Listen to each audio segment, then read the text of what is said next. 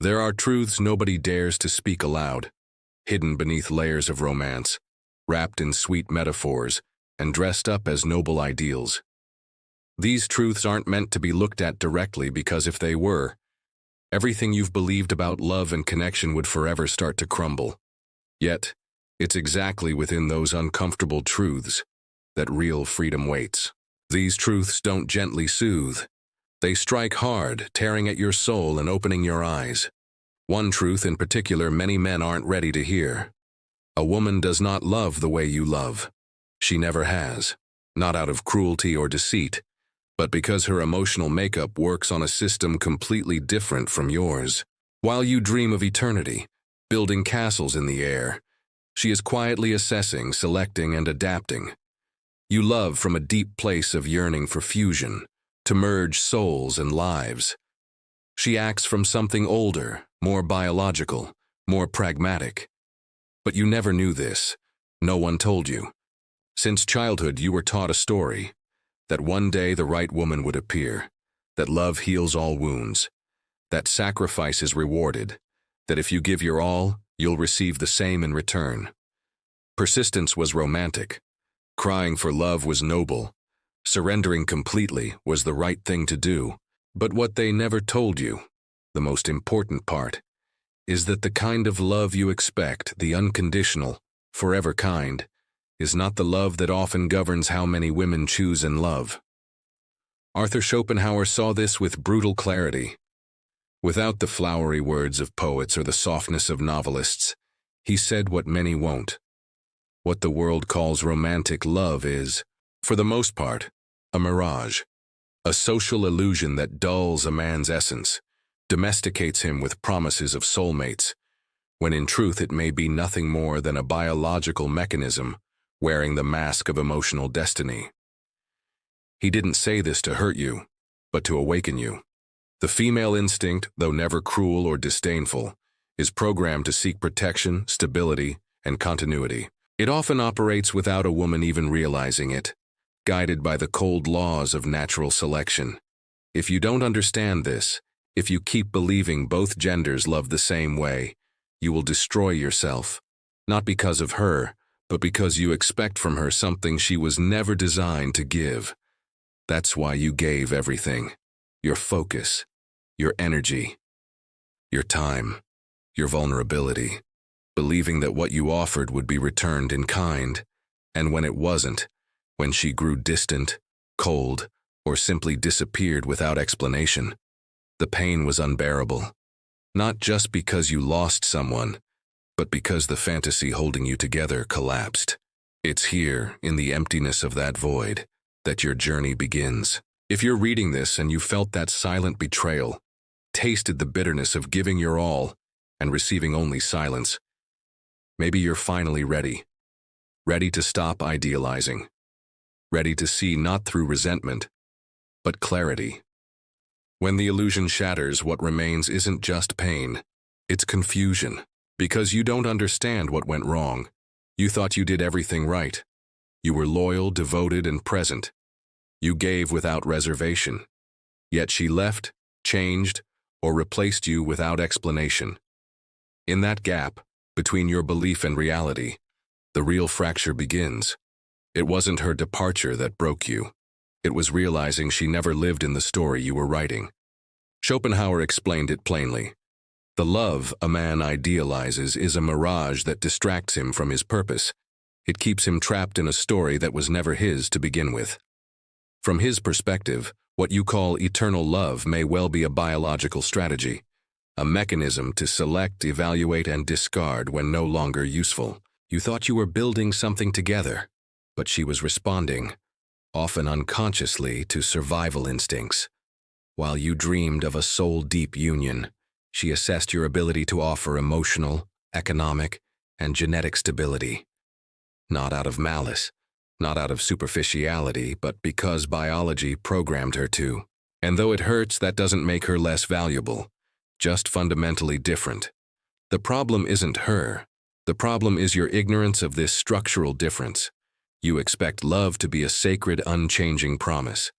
She may see it as a temporary opportunity. You believe your full-hearted devotion guarantees permanence. Her instincts tell her to keep evaluating if you remain the best choice, not with a romantic heart, but with cold, primal survival logic. When you're no longer that choice, when her unconscious radar senses someone offering more status, security, strength, or resources, her desire fades. No drama, no warning, no explanation. It simply vanishes. What you felt was sacred to you becomes, to her, a completed cycle.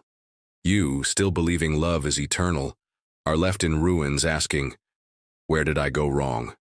You didn't go wrong. You just entered the wrong game, playing by rules you didn't know existed. You stepped onto an emotional battlefield, thinking you were in a spiritual partnership, but in reality, you were part of natural selection. That doesn't make you weak or foolish. It makes you human, deeply human, idealistic to the point of blindness. And this is where many men break, beyond repair. They become bitter, resentful, and hardened. They think the only option is to hate women or shut down emotionally. But Schopenhauer didn't tell you to stop loving.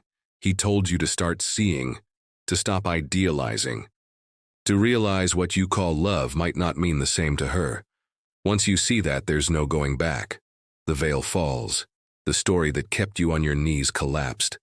When everything falls apart and she leaves, physically or emotionally, you don't know how to respond. You weren't prepared. You didn't enter this bond out of convenience. You entered it out of hope. The deep conviction she was the one. Not a chapter, not a phase, not a possibility, but the final destination. That's why when she pulls away, or someone new appears, your world shatters. You feel the cold sting of the unexplainable. And worst of all, you blame yourself. So you try harder. You send more messages, make grander gestures, desperate acts of love. You fight to save what's already lost. But there's nothing left to save. Because what you thought was a spiritual connection was, to her, and Schopenhauer's cold eye, a functional bond. One that either fulfilled its purpose or was replaced by a better option. And here's the most confusing part. She doesn't hate you. She may not even know why. She's simply disconnected. Not out of cruelty, but because her instinct told her to. She no longer perceives in you the promise of safety or progress. Even without conscious awareness, her nature works like a radar, always scanning. When it detects someone with more status, resources, or potential, her attraction shifts. You don't even understand how someone can say, "I love you" one day and act like a stranger the next. That's because you still see love as a straight line, something that, once born, only grows. You don't realize that for her, love is dynamic and flexible, dictated by factors you can't control or even see. In your desperation, you crawl, cry, and beg, a shadow of your former self, trying to revive something that's gone. You humiliate yourself, believing your love can reignite her interest. But the more you lower yourself, the more invisible you become. She doesn't respond to your pain, she responds to your position. When your position becomes needy, submissive, desperate, it loses value in her eyes. In that quiet, invisible process, you lose more than a woman. You lose your center. Your dignity evaporates. Your direction collapses. Because everything was anchored to her. Your purpose, your motivation, your emotional identity. And when she's gone, you don't know who you are anymore. Without that story, the real fall begins. Not with the breakup, but with realizing you abandoned yourself inside the relationship. And the cruelest part, you can't even hate her. Because deep down, you know she didn't write the false story. You did. You projected it, dreamed it. Now pain teaches you, with ruthless clarity, that the price of idealizing without understanding is losing yourself in a story that was never real. That moment of collapse isn't just heartbreak, it's an existential implosion. Because it's not only her who leaves, your entire sense of purpose, tied so tightly to her presence, vanishes with her. The future you imagined crumbles. The illusions nurtured through every silent sacrifice and every small surrender of self evaporate. And what's left? Emptiness, ruins, an identity shattered, not by betrayal, but by the choice to pour your soul into something meant only to function temporarily. Expecting permanence in a system designed by biology to be adaptive, utilitarian, and fleeting is the real tragedy. Schopenhauer didn't say this to break you. He said it to wake you. Because as long as you believe your devotion guarantees eternal love, you will be destroyed by a logic that was never yours. Many men never recover. They remain trapped in this shattered narrative, repeating the cycle, chasing the same illusion with different faces and names, hoping this time it will be different. But it never is. Because it's not the woman who must change. It's your perception, your understanding, the mental framework, the story you believed was happening. To heal, you must face a brutal truth. You allowed it. Not as guilt, but as a key. You were the one who gave everything without demanding real reciprocity. The one who shifted your direction to fit into hers. The one who stopped building your kingdom to invest in hers. You believed love meant pain, that persistence was noble, and that giving up was cowardice. But the real cowardice is feeding an illusion that's killing your soul. When you say, "I allowed it," you're not condemning yourself. You're reclaiming power. Because if you betray yourself, you can also save yourself. You can stop idealizing. Stop seeking validation from someone who doesn't see you as an equal. You can start looking at yourself with the same intensity you once looked at her. Not to harden or hate, but to awaken. Deep down, you don't want revenge or punishment. What you truly want is clarity. Clarity begins the moment you stop searching for answers in her actions and start searching within yourself. Why did you give so much without boundaries? Because what hurts isn't just her absence. It's the abandonment of yourself. That man staring back at you from the shattered mirror, the one who no longer knows who he is, was born not from her leaving, but from the day you stopped respecting yourself. The day you decided she was worth more than your peace, your purpose, your energy. And the only way out of that abyss isn't through more romance, hope, or blind faith. It's through truth. Truth that may burn your eyes but finally lets you see. Because as long as you stay sedated by the stories you were told, you'll keep begging for crumbs of emotional connection and mistaking it for love. But that's not love. That's dependency. Dependency destroys more souls than rejection ever could. Then comes the day you can no longer lie to yourself, when something inside breaks so violently that no sweet words or memories can hold you together. That is the day you look the illusion in the eye and realize it wasn't her who destroyed you. It was you, for dreaming a dream she never shared. Schopenhauer didn't give you a blueprint for hatred. He offered a mirror, one many don't dare to face, because it shows not her but you. You need to idealize, your desperation to be loved, your chosen blindness. If you can hold that gaze without flinching, justifying, or running away, something shifts, something deep, something no one can ever take from you again. That's real freedom. Not the freedom you scream to convince yourself you have, not the freedom you fake in front of others, but the freedom born from truly lived pain. The freedom that emerges when you accept that your worth isn't defined by whether she chooses, loves, or validates you. That your purpose cannot depend on someone else's shifting desire. You didn't come into this world to orbit her. You came to build your center, your kingdom. If a woman walks beside you, let it be out of mutual respect, shared vision, and awareness. Not because you need her to save you from yourself. That difference is everything. When you stop idealizing, you stop begging. You stop shrinking yourself to fit.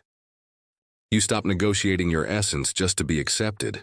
And finally, you reclaim what you gave away unknowingly. Your vital energy, your presence, your undiluted masculinity. Your purpose free from need. And that transformation doesn't demand vengeance or resentment. It requires truth, the kind of truth that tells you, you are not here to be loved as a fantasy, but to be respected for who you truly are. If that respect doesn't come, if they don't see you or value you, then you must have the courage to walk away. Not in anger, but in dignity, because you are not a stepping stone, a phase, or a resource. You are an end in yourself, man who walks firmly, even if alone, one who would rather stand in the silence of truth than stay trapped in the golden prison of illusion. And that choice, though painful at first, is the line separating the conscious man from the emotional child who still hopes to be loved like in fairy tales. Illusion doesn't die on its own. Dies when you choose to let it go.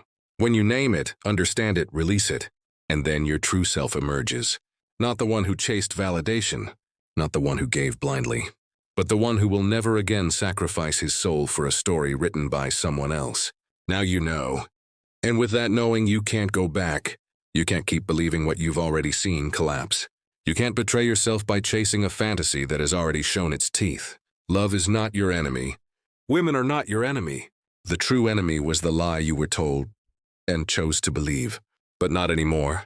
Because now you walk with open eyes, a straight spine, and an intact soul. Not to hate, but to never again abandon yourself. And that, my friend, is the true victory. After the storm of heartbreak and shattered illusions, something profound begins to stir within you.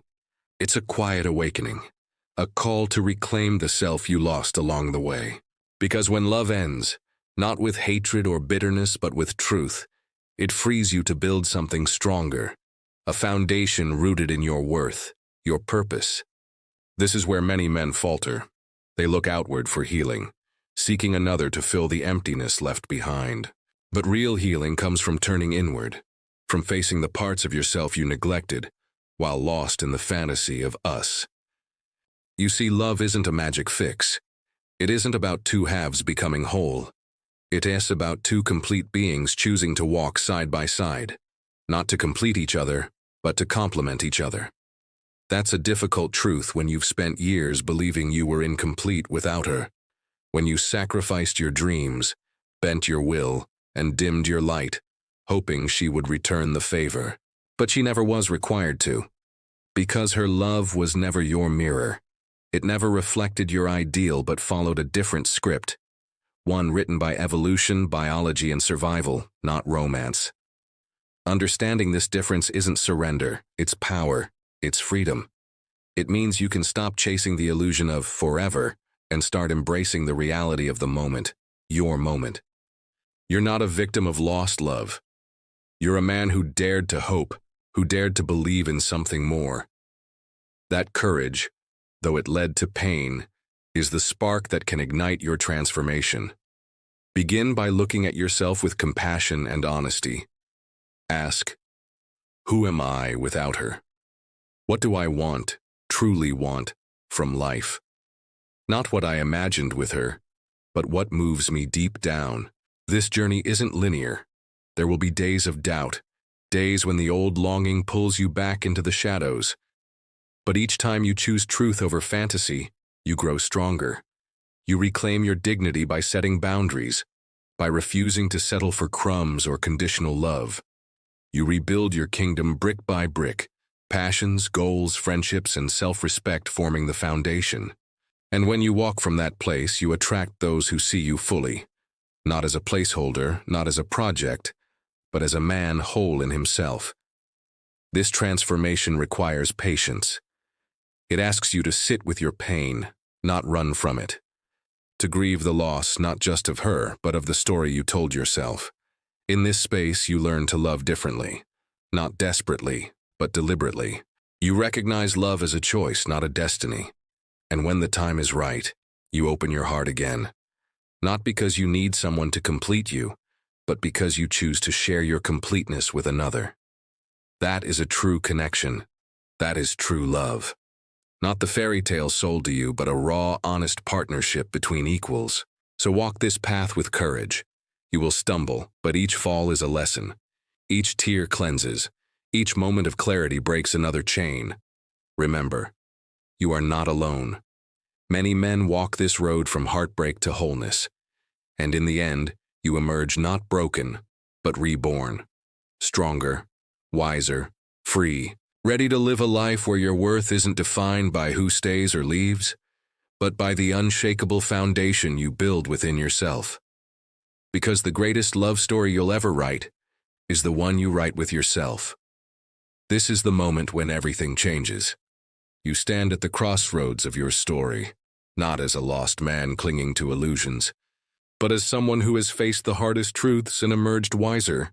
No longer bound by fairy tales or fantasies, you hold a deeper understanding of love, loss, and self-worth. You realize that love is not about possession or endless giving. It's about respect, respect for yourself, for the other, and the fragile balance between. When you stop idealizing, you stop shrinking yourself. You reclaim your power, your energy, your masculinity, not as a weapon but as a light. And in that light you find freedom.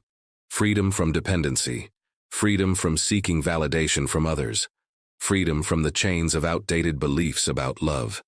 You walk forward with open eyes and an open heart, knowing that true connection is built on equality, awareness, and mutual respect. You no longer fear solitude, because you understand that being alone is better than being with someone who doesn't see your worth. You cherish your silence, your peace, your essence. And when the right person walks into your life, not to complete you, but to stand beside you, and you'll be ready. Ready to share, to build, to love not from need but from choice. Because now you know the truth. You are not defined by who chooses you or leaves you. You are defined by the courage to love yourself fiercely, clearly, and without apology. This is your victory, not in winning someone else's love, but in reclaiming your own. In living a life where your soul remains intact, your dignity unbroken, and your purpose shining bright. This is the freedom born from truth, and nothing can take that away.